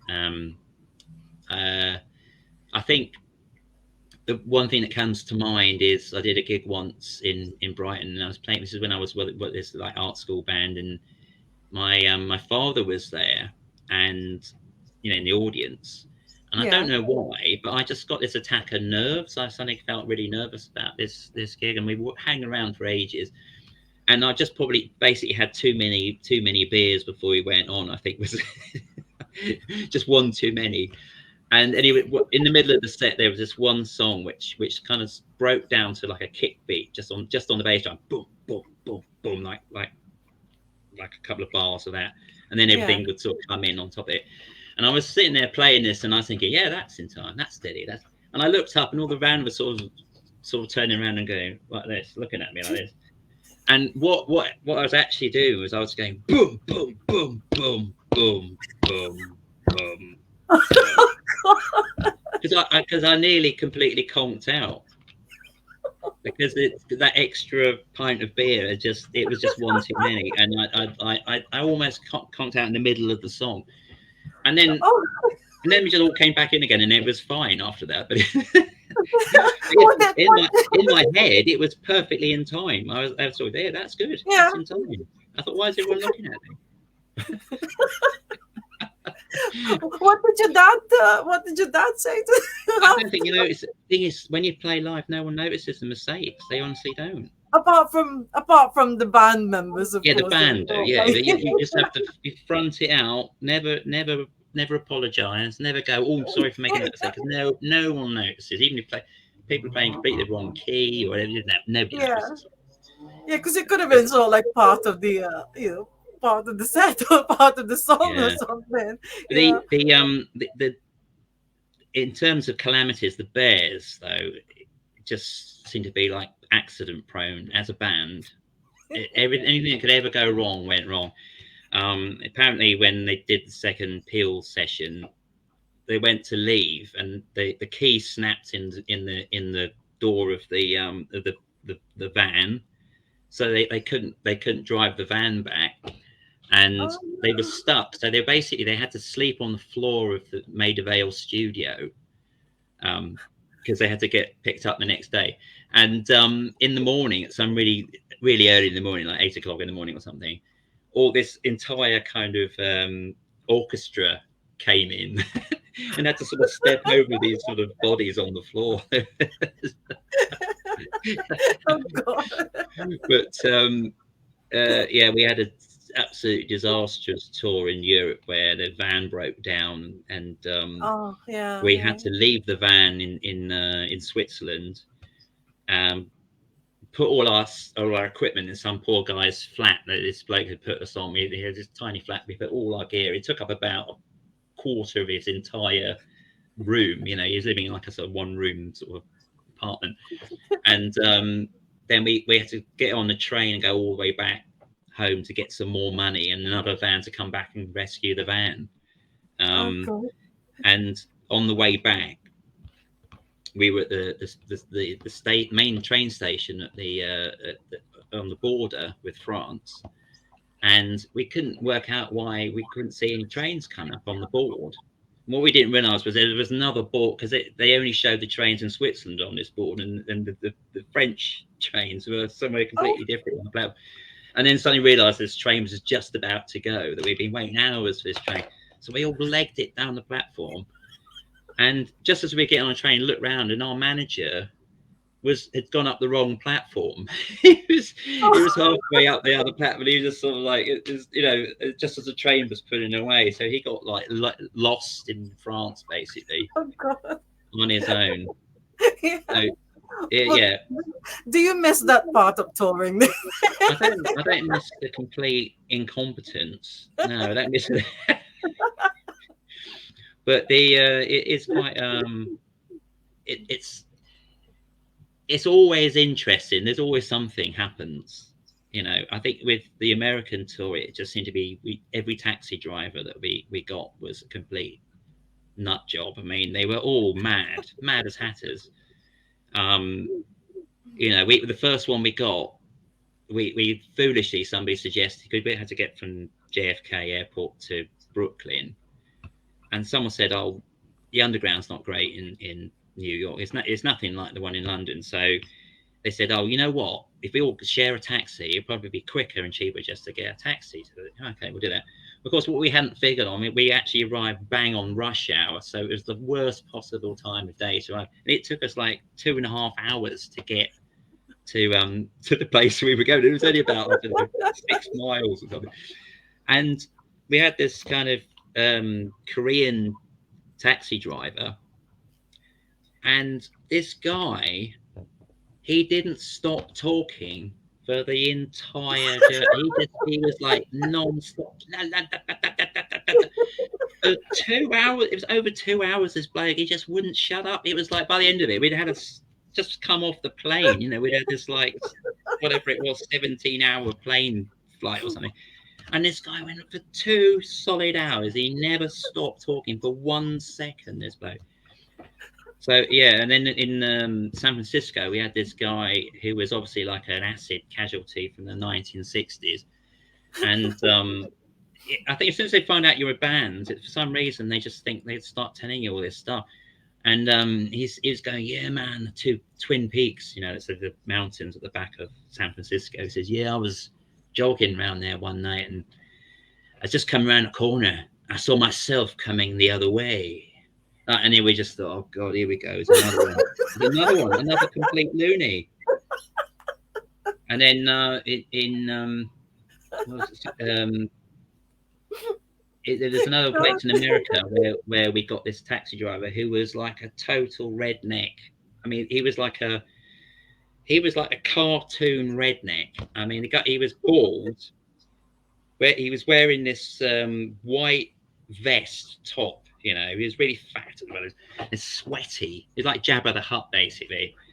And he was like, "Drummer, get in here with me." And I was in the passenger seat next to him, and this guy, he just started spouting on this, like he was racist, sexist, you name it. He was just the most bigoted person you've ever met in your life. And we were all sitting there, oh my God. And at one point, I thought he had a gun, because he had something in his lap, and he was going, "Those guys are coming up the lights. I'll get them." And then the next traffic lights, "I'll get him with this." And he suddenly pulled this thing. I thought he's got a gun, and he pulled it out. It was a taser. It was one of those handheld tasers. Yeah. With this thing. And we just like this kind of little indie band, and we're going, "Yeah, that's interesting." He's letting me out of the cab.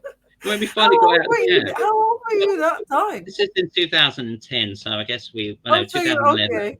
It's not like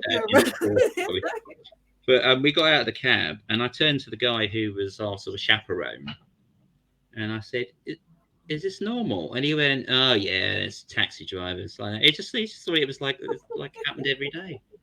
This guy, honestly, I wish we'd recorded it because it was hilarious. I thought he was gonna. I thought we were gonna get murdered. I thought he was just gonna like. This guy was a lunatic. And he specifically asked for you as well, so a drummer Yeah, comes. he dropped in front of me. Like that. I don't know why he picked on me because all the guys in the back were laughing, you know, and sort of goading him on, sort of thing. Oh, he's got the taser. He's got the taser in his hand. Goodness me. Well, well, I've got my last question. Oh God, that's really interesting now. But last question is advice, because you were Yeah. talking about sort of like having one too many while you're playing. Would that be would that be your advice to aspiring drummers or maybe musicians Yeah. out there? I Don't think drink. certainly as you get older as well, your tolerance goes down. It's like it's quite critical to not overdo it before you go on. But yeah, I think just yeah, you got to be professional. I think people are paying Yeah, money to yeah. see you, and they deserve to see you at your best. I think so. Yeah. Um, yeah, I think years ago we all thought actually no, you got to make an You effort and made do me it laugh properly. so much. I was all like crying after that one about drummer coming sit next to me. I was like, oh God, sorry. It's just really funny, so I'm really sorry about that. So yeah, I love. Sorry, yeah. Go on, continue with the advice Yeah. then. Sorry. Anyway, that's it. That's it. I'm not going to say anymore. Yeah, I think Yeah. I'll save it for my book. I think you After you should. write I that book. think you should write a book about your tours, and so like that would be really cool. But anyways, yeah, thank you so much. I'm really looking forward. I really hope that Manchester will happen because Yeah. I would really like to see you all again. And yeah, thank Yeah, the last time we played Manchester, fun enough, we played with the Sea Urchins, and oh, this is like a lot years and years ago. oh And gosh, yeah. halfway through this set, they started having a punch up. They started having a punch up on the stage. It was like of all the bands you'd think that would start having a fight on the stage. You Yeah, just thought yeah. I'd never have thought the Sea Urchins would do that. It Weren't was they quite like funny. mellow? Weren't they sort of like a Yeah, mellow band? exactly. I thought, what the hell was that about? They started having a punch up. Anyway, yeah, it was like follow that. God. Are they still going or? I don't. I think No, there's some of them are no. still doing stuff, but not as a All right. whole group anymore. Yeah. Well, anyways, thank you so much, Graham. I really enjoyed I really enjoyed chatting to you. I've never done this. I've never actually cried on the show before. It was just, I could just imagine so like you with this American taxi driver. So like, and you just praying that he's not gonna kill you or anything. Yeah, Oh it got God. worse, and they started talking about his family and stuff. He said, "Oh yeah, and about his going to prison," and it was like, I don't want to know. I don't want to know Yeah. all the details. You're Just terrible. take us to where we want you to Tell go, and me. that's it. Oh, thank you so much, Graham. I really enjoyed that, and like I said, I'm really hoping that you'll be doing some more dates Oh yeah, yeah, after me the too. Paris pop, and have a great time there. I think Saint Christopher are also playing at Paris pop. Uh, I think are they playing no, as I well? don't think St. Chris. It was someone else that we Yeah, played with at Sheffield. One of or the other the Orchids? Are the Orchids playing? Not the Maybe. Orchids, no. I should know this off by heart, shouldn't I? But yeah, it's one of the other bands from Sheffield is playing there as well. Yeah, yeah. So yeah, it'd be nice to see them. But the